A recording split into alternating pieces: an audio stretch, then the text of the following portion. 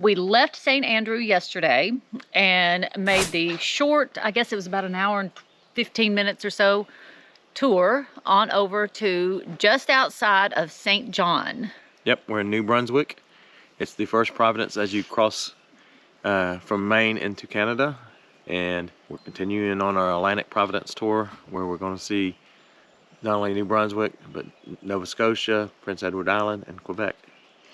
Now, we landed last night at a Boondocker's Welcome Place, and we had planned this in advance, and I would suggest that if you come up through here, you look in advance as much as you can, although we are having to rearrange some of our stays. You know, we're constantly in the rearranging stage. But this is a Boondocker's Welcome. It's called, is it Tate's Landing? Tate's Land. Tate's Land. It's a great place. We'll show you a little bit of footage here, but it's just a big empty parking lot basically here, and it's a great place to stay. We had planned on staying a couple, 3 nights here, but our friends, something happened with their water. Medina and Tommy, who are staying right over there, and they have no water, so we've decided we're just going to stay here last night and tonight so we can explore St. John today, and then we're moving on. We've rearranged our plans again. Head north. So before we actually get to exploring St. John, we thought this would be a great time to share with you some boondocking tips, since we are actually boondocking. Yep, we've got a lot more boondocking to come up, and what we want to do is sprinkle in throughout the video some of the topics and some of the tips that we think are the best.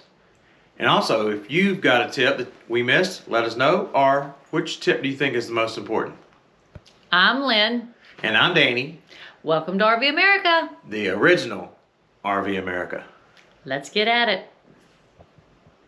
So tip number 1, be sure your freshwater tank is full before you leave to head to your boondocking location. You have to have fresh water. We all have to have it. We have to drink it. We have to wash with it, and so on and so forth. You want your freshwater tank full. We use paper plates. You can also put a dishpan in your sink and catch the water from your washing dishes. That's what takes the most water, it seems. Catch that water and use it to water a plant outside your door somewhere. People typically don't mind, and it's legal in most states. You can also take a Navy shower and use it to flush your toilet with.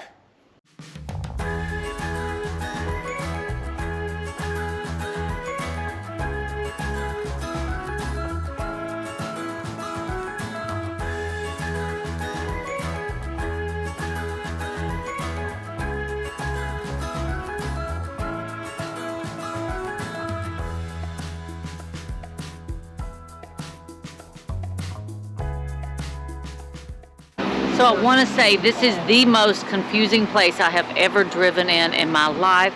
Our GPS is acting stupid. It's just crazy. We're staying lost.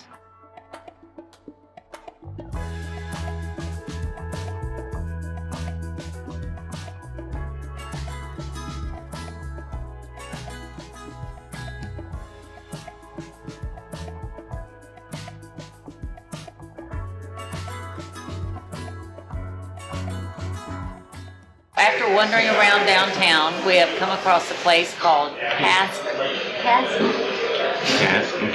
and Kettle. It's an Irish pub, and I'm having a hamburger. Y'all know I love hamburgers, and enjoy our lunch.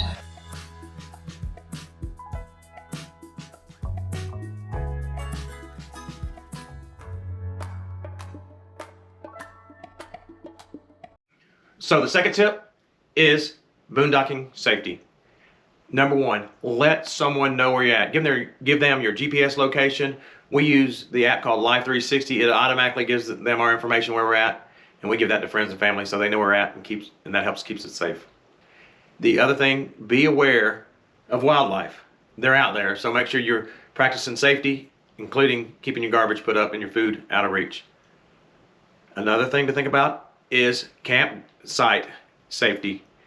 Keep it safe by keeping things picked up. If you're out exploring, you're not leaving a generator out or something someone might pick up. 10, 15 years ago, you had never heard about anybody taking things. Now they are. And speaking of that, keep your doors locked and have some kind of protection with you, whether it's pepper spray If you're legal to carry, and be ready to defend yourself. Probably would never ever happen, but it's better to be safe than sorry.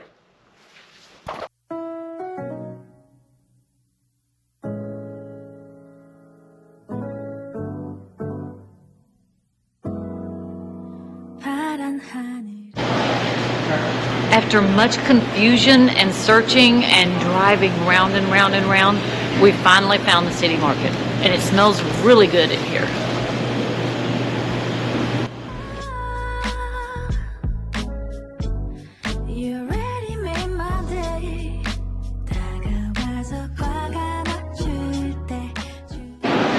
So the building that this market is in was built in 1874 to 1876, and it was designated a National Historical Site in 1986.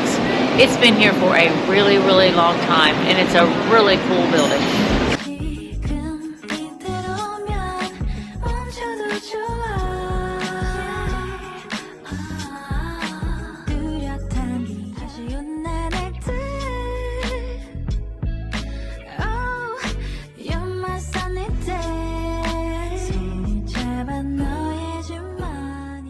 Number 3, exercise proper etiquette.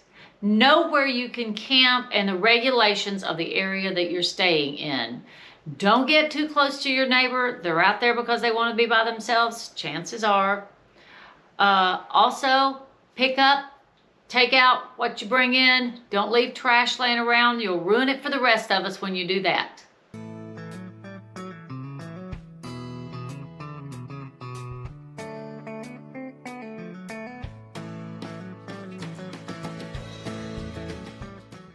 We made it to Reverse Falls, and it's really kind of crazy. The water down underneath is swirling around and switching the tide.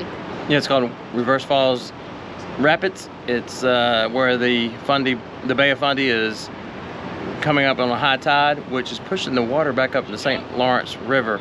So the river actually twice a day runs backwards. So it changes.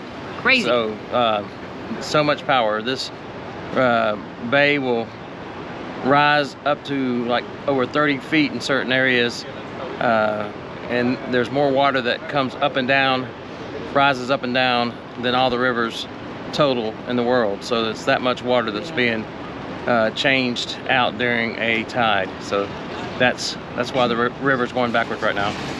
This is the Bay of Fundy, and if you haven't seen this thing, it's crazy. You need to plan a trip to see it. Yep, and just for the bay. We're hoping to explore more where it even gets more excited coming up, so stay tuned for that in some future videos.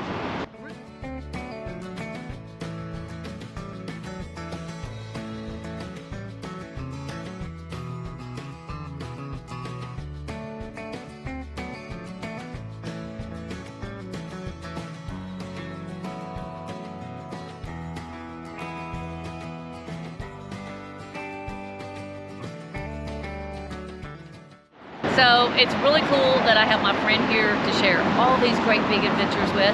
This is Medina from 1 Million Mile Road Trip, and they are going all around Canada with us. Amen. And it's so much fun. We're having so much fun. So much trouble.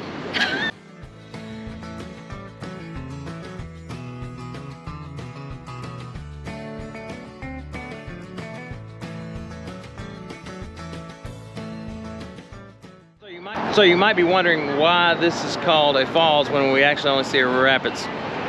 According to what we've learned, that at this point there's a 60 feet drop that would appear to be an underwater falls, which I've never heard of before.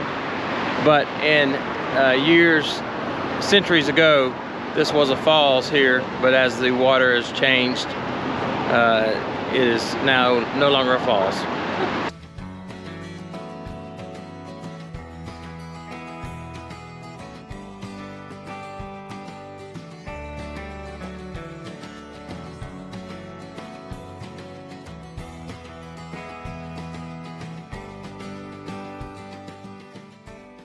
And this is the one that we think is important, or a lot of people need to know. You can boondock in any size of rig.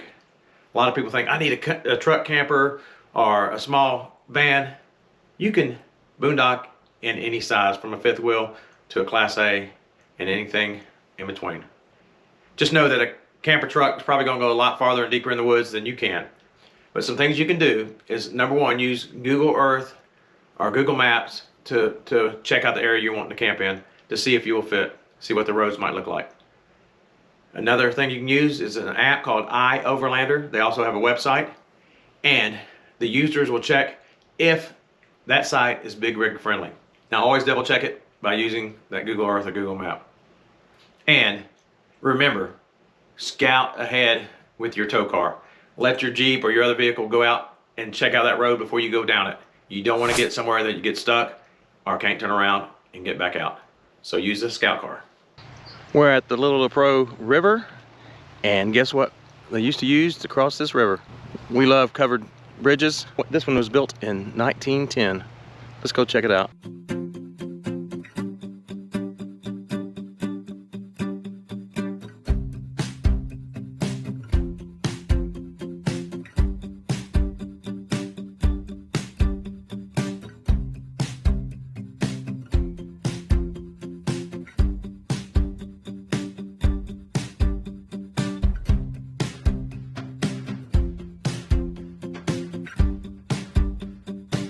Be sure you hit that subscribe button. Next week, we go to the famous Fundy Bay. It's where the tide goes in and out at some extreme levels. Yep, the Bay of Fundy drops over 50 feet, and you get to see some major structures such as the flower pots, and you won't want to miss those. Until next time, God bless and many safe travels. And go RV, America!